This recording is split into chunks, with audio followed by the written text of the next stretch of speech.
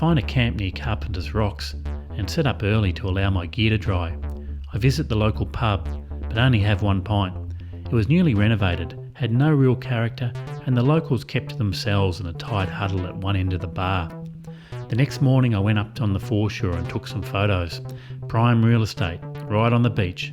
Most of the houses were fibro shacks, but a few had the look of cashed-up retiree dwellings. A woman walked out of an impressive bluestone building that had a spire roof like a church. We got talking. She was interested in my trip. Her husband had a BMW, but was now too old to hold the beast up. We talked lobster prices, $95 a kilo off the boat. I asked her if there was anywhere I could buy one local. She said I'd be hard pushed unless I knew a local. She seemed to enjoy the chance to talk and ended up showing me her veggie garden, which was impressive given the sandy soil and salt air. I bid her a wave goodbye and headed towards Mount Gambier. My morning inspection revealed a bolt had come loose on the cross brace supporting my 30-litre tank, so I needed to find a hardware shop. I took a detour to view the Blue Lake and then got my bolt and moved on. I think on this trip I will mainly try to avoid bigger cities. It's not much fun weaving through traffic on a fully packed bike. I make a plan to get to Penola and suss out the chance of doing a promo video for one of the local Coonawarra wineries. I visited the Grand Penola pub, 5:30pm and completely empty. Something's wrong here. The place is immaculate and yet not a soul to be seen. I go further down the road and find another pub full of locals. It's happy hour, so cheap drinks and nibbles on the bar. I sit down next to an old-timer, 85-year-old Ralph. I see he has a hearing aid, so I raise my voice when I speak to him. He, on the other hand, speaks in whispered tones, which made it hard for me to hear a word, particularly after a day of riding without earplugs. When you ride long distances, the wind noise can really lead to fatigue. I must remember to start wearing earplugs. Ralph was a retired mechanic. He told me, "When you get to my age, you're the only one left." He was a good 20 years older than anyone else in the bar, and it was good to see him out and about, a night away from his nursing home room. I decided to ride on after 2 mid-strength beers. The weather was mild, and there was at least 2 hours more light. I ride through the Coonawarra wine region, famous for its rich Terra Rosso clay soil which forms from weathered limestone and provides ideal drainage for grape growing. I'd been told the government had spent money on the Barossa this year, so I'd be better visiting there for work. Anyway, a mate was heading to Adelaide, and I decided to meet him at Bordertown and get rid of some gear. I find a campsite at Bull Lagoon. I was supposed to prepay online, $9 for a day pass and $9 to camp. $18 and no shower? A little rich, I thought. It seems the days of free camping are a thing of the past. Bloody itinerant bikers, free as a bird, camp where you stop. Cheek of you. I wake up early and decide to head off into a light fog. I planned on visiting the Narracourt Library that morning to check up on a few things. My mate who was supposed to meet me in Bordertown was now not leaving till later, so I wasn't sure what to do. It was a weekend, so do I just hang around and wait? I speak with a friend on Facebook. It's her 40th birthday. I tell her I'm sorry I couldn't make it to a party. I'm 280 kilometres away. She said, "I haven't heard a good excuse yet." Alison manages a restaurant at Club Warrnambool, a gentlemen's members club harking back to 1873, a remnant from a time past, based on London's gentlemen's clubs. The club still has a private members bar, but now also has a restaurant open for all.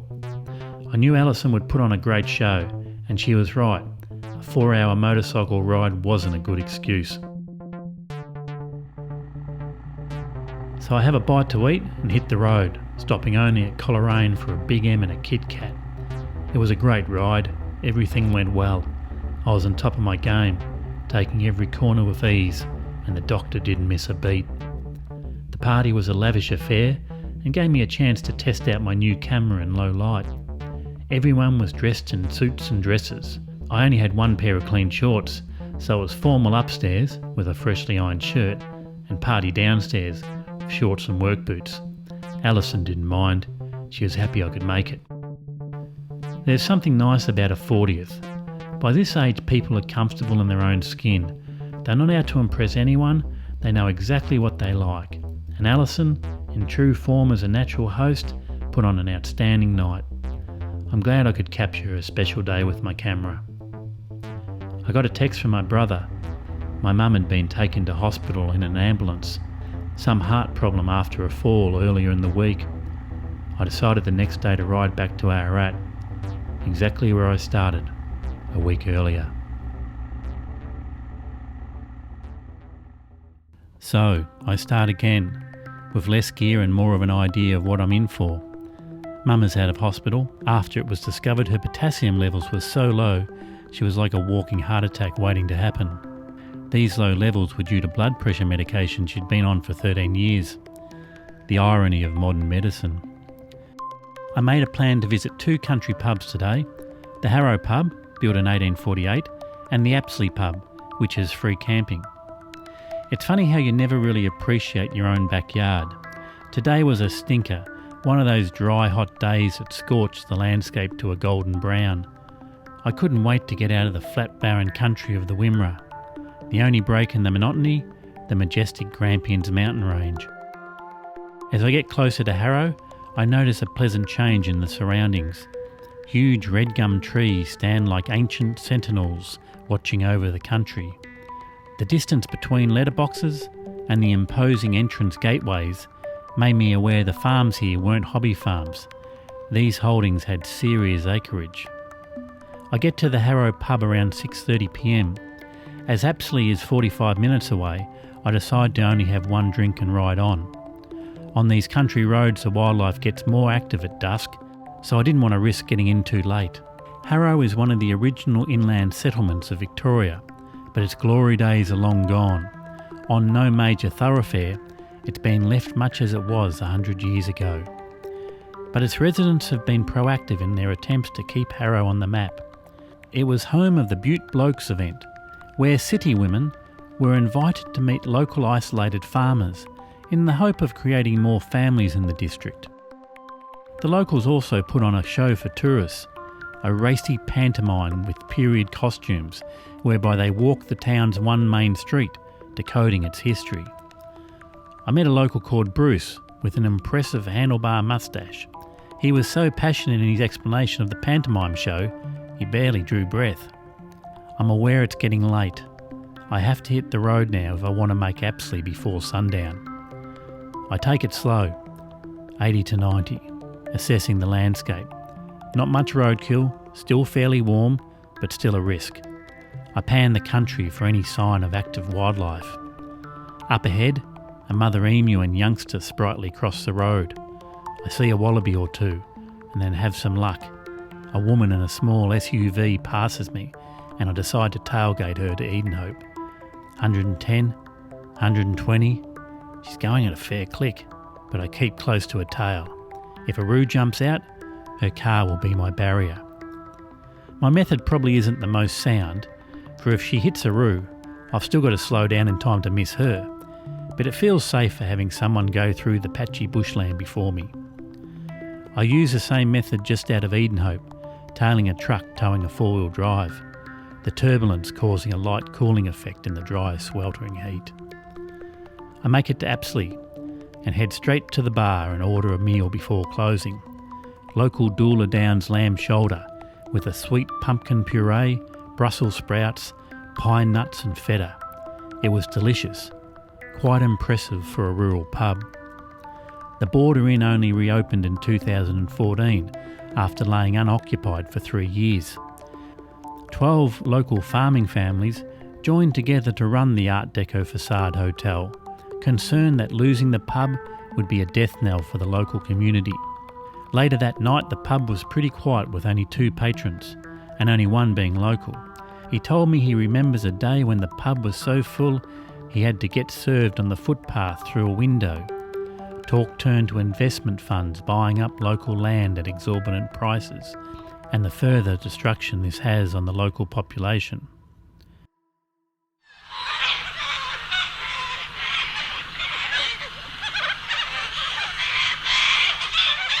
I wake to the incessant chattering of a caucus of cockatoos. They really are like the teenage girls of the bird world, lively and loud. A fine dew covered everything I didn't put in the tent, and my morning inspection revealed a missing nut holding my number plate. I made a quick fix of the situation with a wrap of electrical tape. I have breakfast in the recently opened local cafe.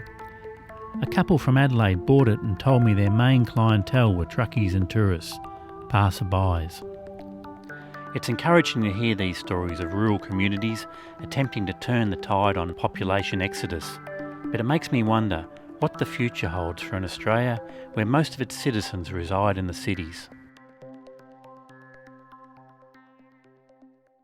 I decide to take the inland route to Keith.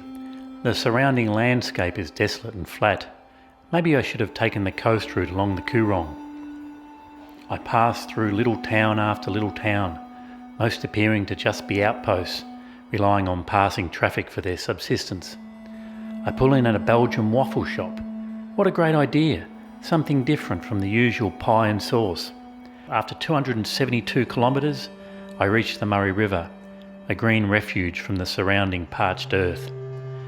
I decide to spend a night at a caravan park, $20 for an unpowered tent site. I was a bit disappointed the lavish camp kitchen had no power, so approached a makeshift table of long-termers, having some Saturday night beers. "Mate, when I saw you pull up, I thought you were Japanese," said one furrowed loco in a blue wife beater. "I didn't think an Aussie would be mad enough to ride across this desert in summer." Apparently a few single Japanese men had stopped in at the park on round Australia bicycle tours. The next morning I head to the roadhouse next door for a coffee after a restless night due to the night truck traffic on the parallel highway. I found the empty roadhouse restaurant a thing of beauty, the complete opposite of the surrounding landscape, orderly, spotless and sterile, the faint blue glow of fluorescent lights making me feel I was civilised again. After asking a few questions of the counter lady, I was informed truck stops have free showers for any customers. Damn, I know what I'll be doing next stop, free shower and a meal at a truck stop and camp way out in the bush. I drop into Old Tailem Town Pioneer Village. I check YouTube to see if they've had a video made. No professional videos, but a lot of videos about ghost sightings. This I have to check out. The Pioneer Village was set up by a wealthy local ex-farm machinery dealer. He collected over 110 buildings from around the district and furnished them with items from the 1860s to the 1960s.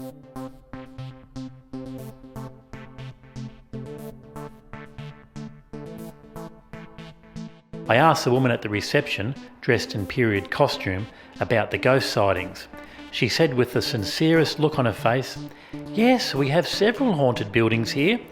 Ghosts move with houses, you know."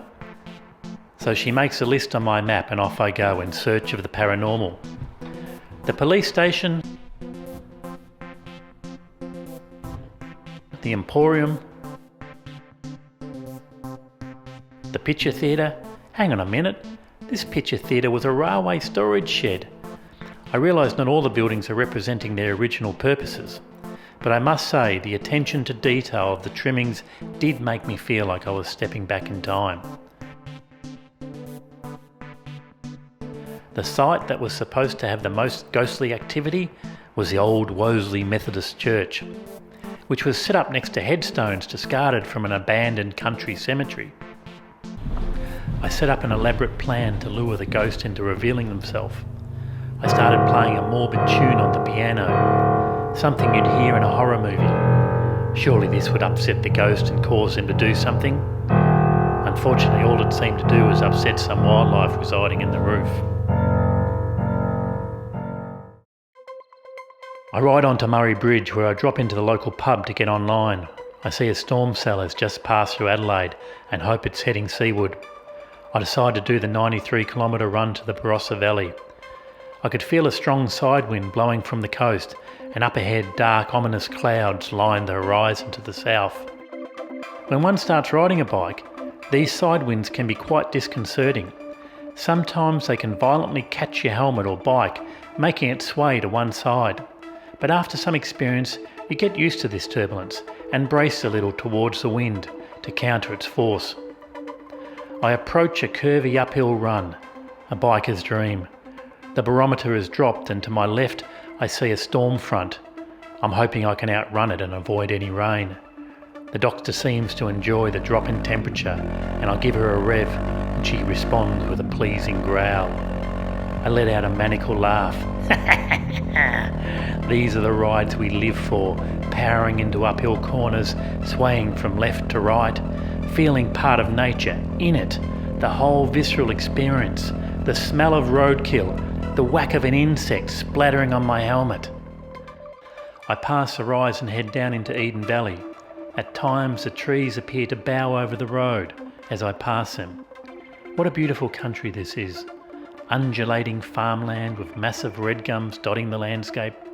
The Eden and Barossa valleys were settled by English and German free settlers. The Lutheran Germans were escaping persecution from the Catholics in the 19th century. And as I drive through a local town, I see signs of German heritage. Metwurst sausage shops and German language signage. I find a camp outside of Ananda, in a vineyard, on a bit of a rise. I see the sun breaking through the clouds in the distance, shining rays onto the far horizon. I also see a fast approaching storm front, dark and ominous. I decide to wait and see how much rain it will bring before setting up camp. As the storm passes over, I regret my decision. I quickly cover my camera equipment and put on a plastic rain poncho. Oh boy, thunder and lightning overhead, and I'm standing out in an open paddock. I could nearly read the headlines. Idiot bikers, one last photo before being struck dead by lightning. After about 20 minutes of rain, the front passes and the wind subsides, resulting in an eerie stillness. I wake to find all my gear has dried and have a light breakfast of saddlebag cheese, crackers and tomato. The cheese has gone 2 days now without refrigeration and has a greenish opacity and slimy texture. Another 2 days and it should fully mature. I do my Tibetan exercises and a short meditation in the vines. Today I hope to find video production work with the local wineries, the unwashed gypsy biker and his stuffed monkey mascot. I head into the township of Tanunda, where I find dollar showers set up for cyclists.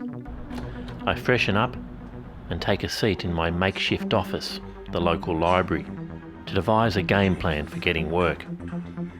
Before leaving on this trip, I carpet bombed all the wineries of the Barossa with an email, telling them I was heading to town and available to produce videos. This approach led to very little response, which made me decide email is dead as a marketing medium. Time to try another method. I decided to aim big, Penfolds Grange. Let's see what videos they've made on the iconic Aussie Red. I do a YouTube search and see they've been active 4 months ago. A very flash video about the history of Grange, with a voiceover from none other than Russell Crowe. That's alright, I thought. What about I ask them if they want a video featuring this current harvest? I get on the phone, find out Penfolds is actually owned by Treasury Wines, and their marketing team is not even local, but based in Southbank, Melbourne.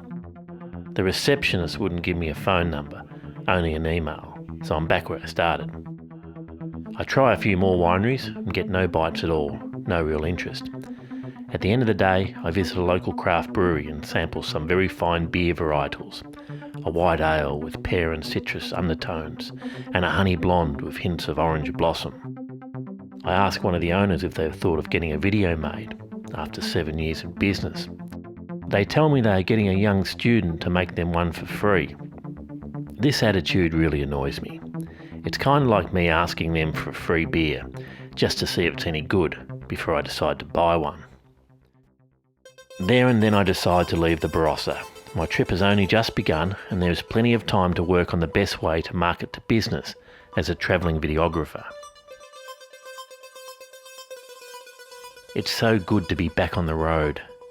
There is the smell of fresh rain, of burnt ash from a recent fire, and the cleansing eucalyptus scent of wet gum trees.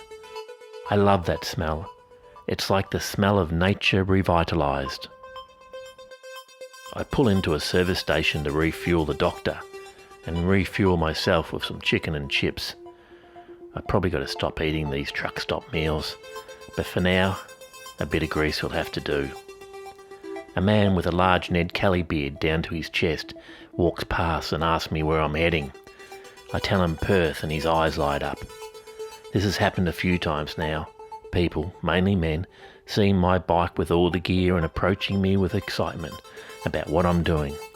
It's like my trip represents the essence of freedom to them. It's kind of nice to just have complete strangers bliss out on what I'm doing. My trip has only just started and I'm still adjusting to the nomadic biker lifestyle.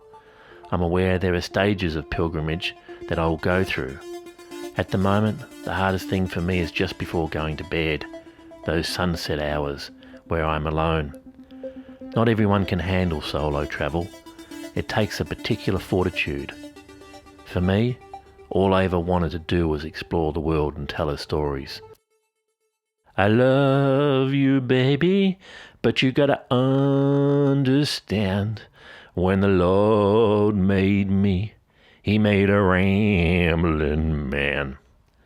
I set up camp at Riney, an old Cobb & Co rest stop, which still has the original 1860s pub. That night the heavens opened. It literally rained the whole night. When I woke up, I tentatively looked out of my tent to see if the doctor was still covered with a tarp I haphazardly threw over it before sundown. Luckily there wasn't much wind, and everything was still covered. I decided to just lay there and wait for a break. I fared pretty well after my first major test of all-night rain. My tent, of course, was saturated, but everything else remained dry. I drove on towards Clare, light rain still falling. One could nearly see the country coming alive, green specks replacing the rust-coloured fields. I take a detour to Mintaro, which the sign says was a heritage town. I pulled in and get my camera out, deciding to further test my new prime lens. Having previously concentrated only on video, I was enjoying the new creative outlet photography gave me. I went into the local pub where I met Alandra, a Belgian backpacker on a 2-year working holiday. We got talking for ages, and she told me that for a visit she only stayed in very small rural towns, avoiding the cities.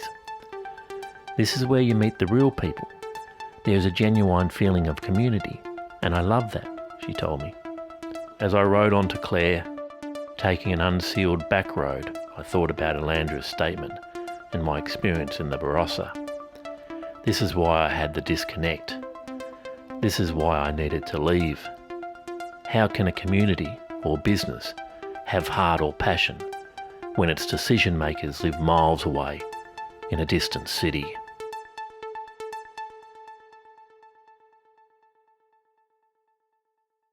I get into Clare and find a $35 room above the middle pub.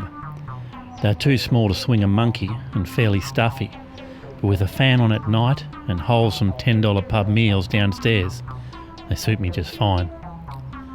I have a contact to meet in Clare who may well be able to help me get work with the local wineries. At 5:30 p.m, I head to the Taminga pub to meet Gary, a retired gentleman whose father lives in the same town my father lives in. I met Gary at an Ararat pub and we decided to catch up when I was in town. When I arrive at the Taminga, I'm made aware it has a fairly elaborate seating protocol, dictating where regulars sit at given times and on given days. Seat 1, for example, is Gary's seat. Seat 2 is Nappa's seat, unless Rowley is present. Seat 3 is primarily undesignated, except for on Wednesdays, when it's used by Smokey. This list covers all 13 spots in the bar and is very specific with regard to times. Gary's seat, for example, is reserved from 5:37 p.m. till 7:15 p.m, with the stipulation that Gary may return for one drink around 9:30 p.m, after a meal, so potential patrons take heed. I have with me a list of all the wineries in the region, and with Gary's suggestions narrow that list down to the ones he believes would be worth connecting with regard to getting a video made. No, not them, they've gone broke. Unfortunately, Aussie pub culture is dying off. It was a place a man could go and let off some steam, have a laugh and learn the local goings-on. It's now just become too expensive. When you can have a beer at home for $1.50, paying $6.50 for a pint in a pub can soon add up. Part of this is due to a 6-monthly automatic government excise increase called the sin taxes. It was introduced 30 years ago and also pushes up the price of things like cigarettes, which now cost a staggering $40 a pack. I think it is also a cultural change. I recently did an inner city pub crawl in Melbourne with a mate, and apart from the iconic Young and Jacksons, most of the other old classic pubs had been restyled into restaurants. If a man hasn't made his money by 50, he'll die a pauper, said an 86-year-old with beetroot red skin and wispy pure white hair. I thought to myself, if you reach 86 and can still have Friday night beers with a few friends, you have riches more than King Solomon's mines.